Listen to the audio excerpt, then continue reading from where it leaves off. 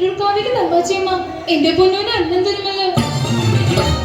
അമ്മതൻ വാക്ക് സത്യമെന്നോർത്ത് ആരും അറിയാതെ കുഞ്ഞിക്കാളി അയ്യല്ലോ കാവിലെത്തി. പൂജ കഴിഞ്ഞു നടയടച്ചു അയ്യല്ലോ കാവിലെ തിരുമേനി പടച്ചോറുമായി പുറത്തിറങ്ങി നടവഴി കാണുമ്പോൾ മുന്നിൽ നിൽക്കുന്നു കുഞ്ഞിക്കാളി. വിശക്കുന്നു തമ്പ്ര കാളിക്ക് മാമുണ്ണ തായോ കാളിക്ക്. ചേരിൽ തീർത്തൊര ദേവി വിഗ്രഹം അന്നമുട്ടാനായി ചൊന്ന പോലെ അറിയാതെ കൈകൾ ചലിച്ചു. പടച്ചോറ് ഉരുട്ടി ഊട്ടി കാളിയെ മതി വരുവോളം തിരുമേനി. കാണരുതാത്ത കണ്ണുകൾ ആ കാഴ്ച കണ്ടു. അടിയാള പെണ്ണ് പടച്ചോറ് തിന്നു. തിരുമേനി അവിടെ കൈകൊണ്ടൂട്ടി. കാറ്റിനുണ്ടോ ഇതുപോലെ വേഗം അതുപോലെ പരന്നു വാർത്ത നാട്ടിൽ. നാട്ടുകൂട്ടം കൂടി ശിക്ഷാവിധിയും ക്രൂരമായി പിന്നെ നടന്നു.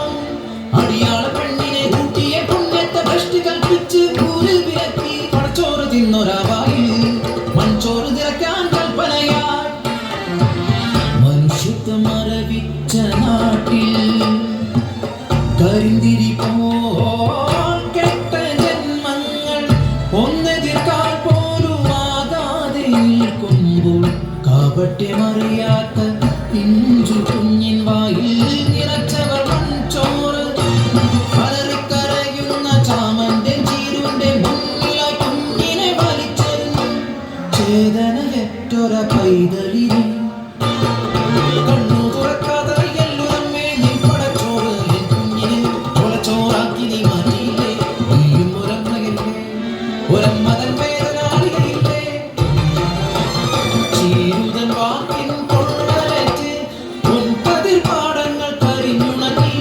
നട്ടുച്ച പോലും ഇരുട്ടിലായി പരിഭ്രാന്തരായി മേലാളരും പ്രായശ്ചിത്തം ചൊല്ലി മാപ്പിരന്നു. ദേവിതൻ തിരുനടമുമ്പിലായി കുഞ്ഞിക്കാളിക്ക് പീഠമേകി. അടിയാത്തിക്കല്ലെന്നു പേരുമിട്ടു. അടിയാത്തിക്കല്ലെന്നു പേരുമിട്ടു. അടിയാത്തിക്കല്ലിൽ കുങ്കുമം ചാർത്തുമ്പോൾ ഭൂതകാലം തിരശീല നീക്കും. കെട്ടകാലം മുന്നിൽ തിരിതെളിയും. ആ കുഞ്ഞിക്കരച്ചിൽ നെഞ്ചുപൊള്ളും.